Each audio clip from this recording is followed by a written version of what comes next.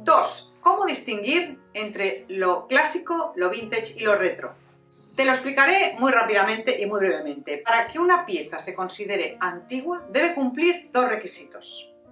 Tener una antigüedad superior a 100 años y que sea una pieza original de la época. Por supuesto, hay excepciones, como en todo, en cuanto al número de años. Por ejemplo, cuando nos estamos refiriendo a piezas tecnológicas como un tocadiscos antiguo, una radio o un televisor, los fabricados en las décadas de los 50, 60 y 70 se consideran antiguos. Las antigüedades se consideran propias del estilo clásico de decoración, pero por su utilización en diseño de interiores, como vamos a ver en este vídeo, se extienden a otro tipo de estilos.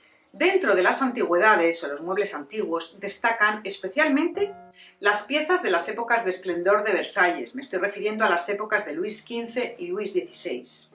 Y sobre las piezas hablaremos en unos minutos, no te vayas. El diseño, formas, materiales y acabados de los muebles antiguos los convierte en piezas ideales para poner contraste y crear puntos focales en estilos de decoración más modernos y contemporáneos, cuyas piezas están caracterizadas por sus formas simples y sus líneas rectas. En mi libro Manual de Estilos Decorativos, que te dejo por aquí, profundizo muchísimo más en el tema de las piezas antiguas de las épocas de los Luises. Hablemos ahora de lo vintage y lo retro. En decoración, para que una pieza se considere vintage, debe ser original de la época y cumplir estos dos requisitos: haberse fabricado hace 20 años o más y considerarse representativa o icónica de la época. Pero cuando hablamos de estilo retro o decimos que una pieza es retro, estamos hablando siempre de réplicas y nuevas versiones de piezas antiguas. Por lo tanto, la gran diferencia entre lo vintage y lo retro es que uno es original de la época, icónico y representativo, y lo otro es una réplica, es una imitación que te ayuda a replicar ese ambiente en concreto. Un ejemplo de piezas retro que tú puedes adquirir son las que tiene la marca Smeg. No quiero hacer publicidad de nadie, pero es que tiene una estética muy concreta y que es un ejemplo perfecto para explicar este concepto. 3. ¿Con qué estilos encajan las piezas antiguas y vintage? Cuando hablamos de mezclar antiguo y nuevo, inevitablemente estamos hablando de mezclar estilos.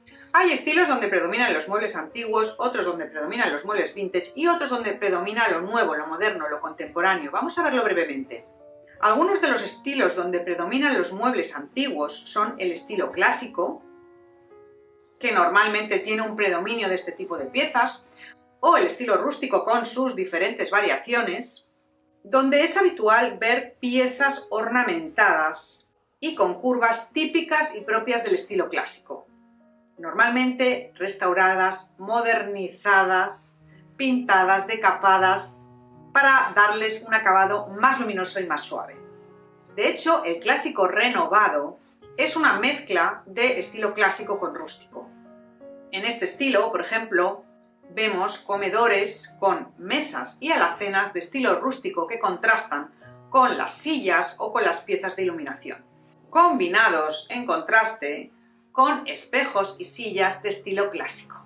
O piezas de iluminación de estilo clásico, como puedan ser las lámparas de lágrimas, combinados con librerías de formas simples, rectas y sin ornamentación. Otro ejemplo, el estilo rústico francés, con sus sillones característicos de la época de los Luises, pero reversionados con tapicerías más suaves y el acabado de la madera en pátinas decapadas, evocan las épocas del rococó y del neoclásico y contrastan con piezas de líneas muchísimo más simples, aunque tengan acabados en madera.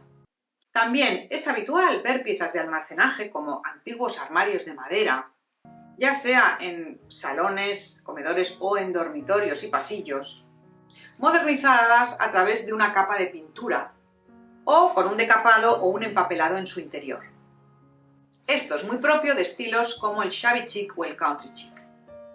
Hay otros estilos donde predominan las piezas originales vintage, como por ejemplo el estilo mid-century modern, a menudo llamado estilo vintage o vintage.